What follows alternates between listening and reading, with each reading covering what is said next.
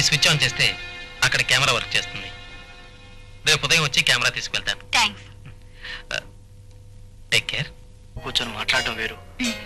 చీకటి పడింది, మీ కబుర్లు తరించి పదండి. అప్పుడేనా? అప్పుడప్పుడు కలుస్తూనే ఉన్నాగా, మరీ అంత బెంగపడిపోతారు ఎందుకు? ఈ బెంగ రాత్రిళ్ళు కళలు రావడం వల్ల, ఆ కళలో నువ్వు రావడం వల్ల, కళ్ళు తెరిస్తే నువ్వు మాయమైపోవడం వల్ల. మీకు కవిత్వం రావడం వల్లే అవతల వర్షం రాబోతోంది. పదండి. సరే.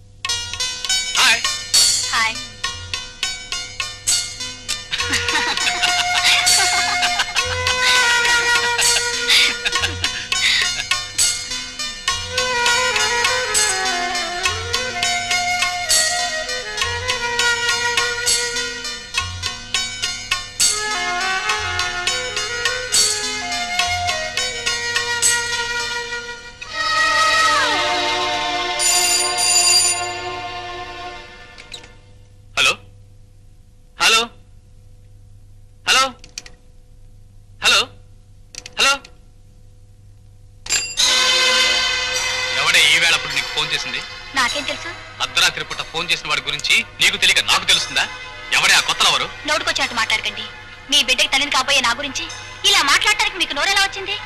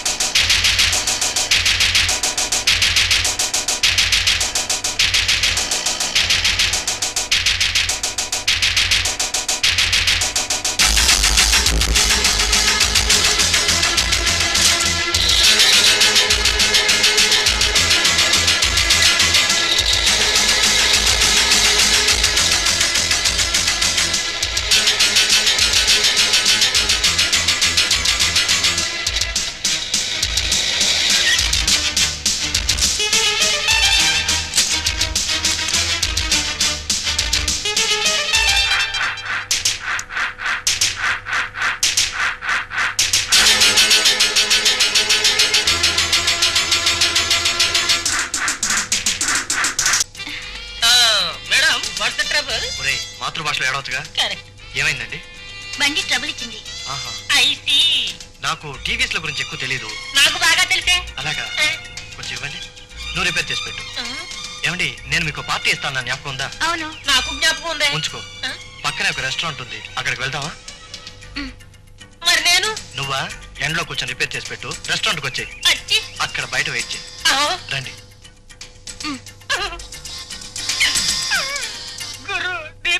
ఉంది. ఇకపై లవ్లు డ్యూయెట్లు. మరి నాకు నట్లు బోట్లు డొక్కు టీవీఎస్లు. అమ్మా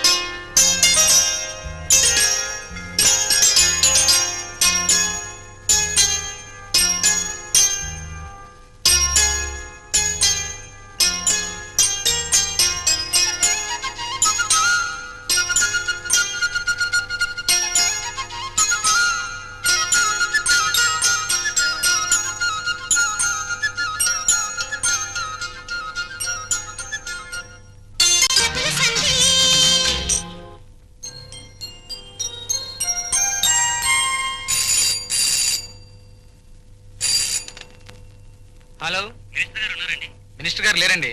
ఎక్కడికి వెళ్ళారండి? అర్జెంట్ పని మీద ఊరికి వెళ్ళారండి. మీరు ఏం తంటాలు పడతారో నాకు తెలియదు. నాకు కావాల్సిందల్లా ఆ ఫైల్ ముందుకు రప్పించి నా పని జరిగేలా చూడాలి. అలాగే నా కాంట్రాక్ట్ విషయం కూడా మీరే చూడాలి సార్, ప్లీజ్. ఇదిగా నిజాయితీ గల మంత్రిగా, ప్రజానాయకుడిగా ప్రజల్లోనూ ప్రభుత్వంలోనూ మంచి పేరుంది నాకు. కాలం కలిసి వస్తే ముఖ్యమంత్రిని కూడా అవుతాను. ఇలా గవర్నమెంట్ అప్లికేషన్స్ లో ఇరికిస్తాం మంచిది కాదు. మన ముగ్గురు మధ్య ఇన్ని వ్యవహారాలు వాటాలు ఉన్నప్పుడు మీరు ఈ మాత్రం సహాయం అన్నా చేయకపోతే ఎలా సార్?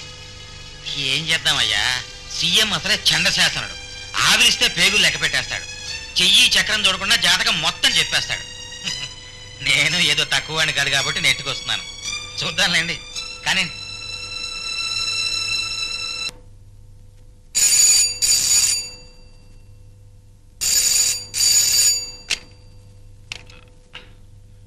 హలో, బేటాలు నొక్కి వచ్చాను సార్, సరదాగా సినిమా షూటింగ్ చూద్దాం సార్.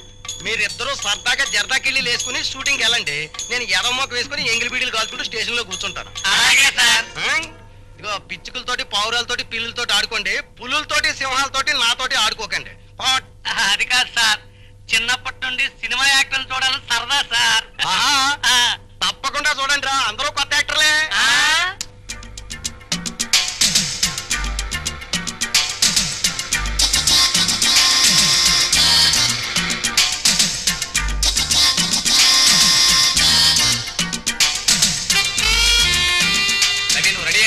Ready sir, 1 minute.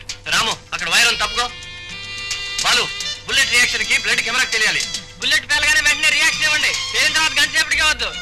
చాలే బాయ్, కెమెరా స్టార్ట్ చేసి మీకు చెయ్యుతాను. అదే మీకు సిగ్నల్. ఓకే, ఆ క్లాప్ బాబు. Start camera, action.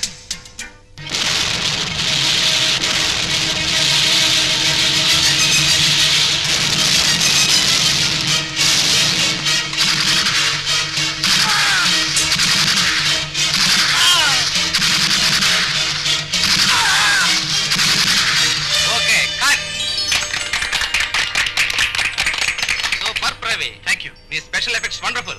Location ship. ఎవరో ప్రొడక్షన్ వాళ్ళు బాగా కలిసిపోయారు. సతీష్, కొబ్బరి నీళ్ళు పంపించు. ఏమిటి ఇవాళ? మంచినీళ్ళు చాలుగురు. ఎక్స్క్యూజ్ మీ, మరే నువ్వు రవి కదూ? రే, నువ్వు బెనర్జీ కదూ? గుర్తున్నాను రా. ఎందుకు లేరా, ఎన్నాళ్ళైనా నిన్ను చూసి. ఎప్పుడో కాలేజ్ టైంలో మీట్ అయ్యాం. ఇప్పుడు ఏం చేస్తున్నావు నువ్వు? ఏదో బిజినెస్ చేస్తున్నాను లేరా. ఫ్యాక్టరీ నుంచి ఇటు వస్తూ షూటింగ్ హడావిడి చూసి కారాపిలా వచ్చాను. ఏమిటి డైరెక్టర్ నేను తెగ పొగడేస్తున్నాడు? ఏం లేదురా, నా వర్క్ కి ఆయన సాటిస్ఫైడ్ అంతే. అది సరే, నువ్వేదో స్విచ్లు గిచ్చులు నొక్కేస్తున్నావు. అసలు నీ ప్రొఫెషన్ ఏమిట్రా? Cinema special effects. అది ఇట్స్ డిఫరెంట్ ఆర్ట్. బాంబులు పేలడాలు, తుపాకుల కాల్పుళ్ళకి మనుషులు రక్తం వచ్చి చచ్చిపోయినట్టు చూపించడాలు నా ప్రొఫెషన్. అంటే ఇప్పుడు ఆ సోల్జర్స్ వాళ్ళు కాల్చూ చచ్చిపోయారే, అంతా నీ మహిమేనమాట. Very good. సినిమా చూసినప్పుడు ఇదంతా నిజంగా జరిగినట్టు అనిపిస్తుందిరా. కానీ దీని వెనక ఇంత తతంగము టెక్నిక్ ఉందని నాకు తెలియదు. చిన్నప్పుడు ఏదో ట్రిక్కులు గ్రిక్కులు అనేవాడివి, మొత్తానికి అనుకున్నది సాధించావు అనమాట. ఒక్క నిమిషం వస్తున్నాను చెప్పరా. కాసేపు ఉండు, ఇంటికి వెళ్దాం. సారీ రా, నాకు పని ఉంది. మళ్ళీ తీరిగ్గా కలుద్దాంలే. Okay bye. Okay see you. Bye bye.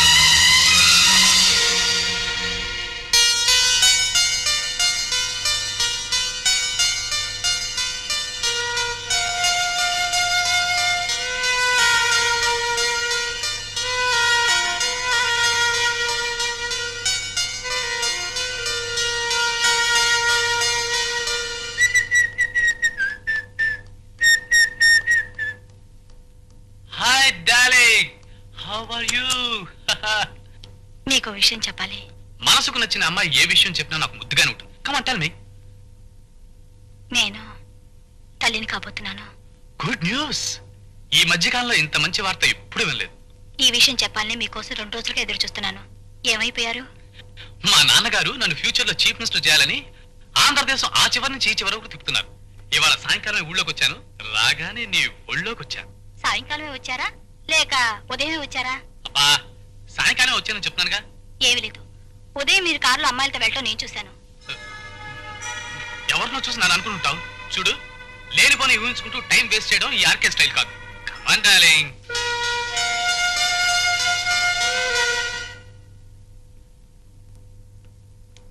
Hello, yes, Priyadarshini videos.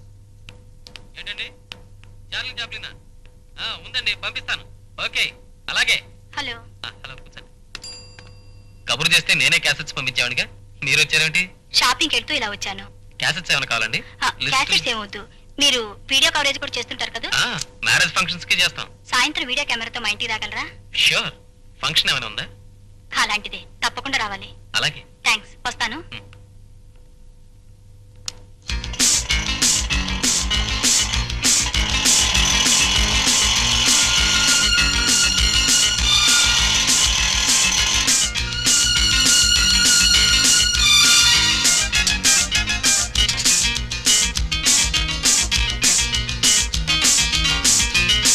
మరి కెమెరా తెమ్మన్నారే?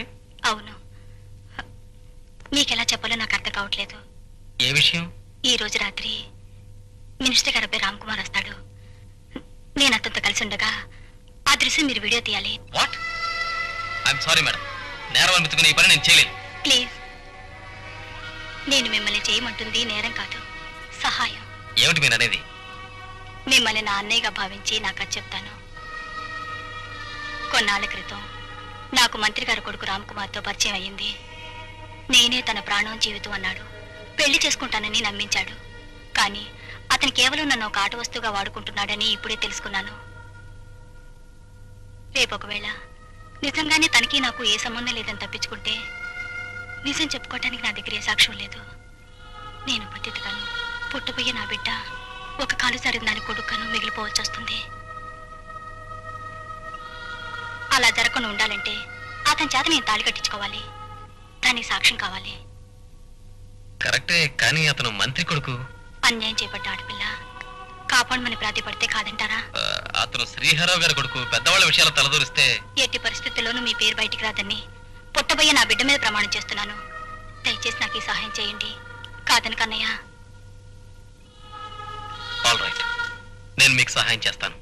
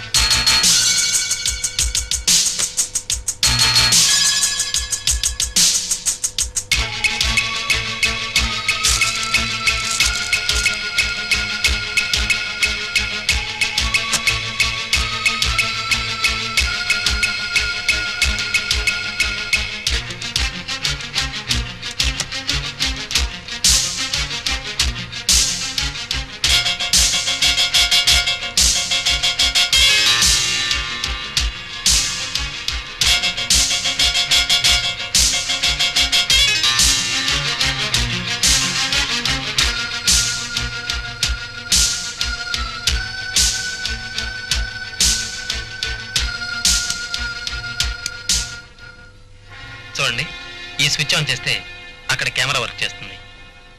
రేపు ఉదయం వచ్చి కెమెరా తీసుకెళ్తాను. థ్యాంక్స్. Take care. కూర్చొని మాట్లాడటం వేరు. చీకటి పడింది, మీ కబుర్లు తరించి పదండి. అప్పుడేనా? అప్పుడప్పుడు కలుస్తూనే ఉన్నాగా, మరీ అంత బెంగపడిపోతారు ఎందుకు? ఈ బెంగ రాత్రిళ్ళు కళలు రావడం వల్ల, ఆ కళలో నువ్వు రావడం వల్ల, కళ్ళు తెరిస్తే నువ్వు మాయమైపోవడం వల్ల. మీకు కవిత్వం రావడం వల్లే అవతల వర్షం రాబోతోంది. పదండి. సరే.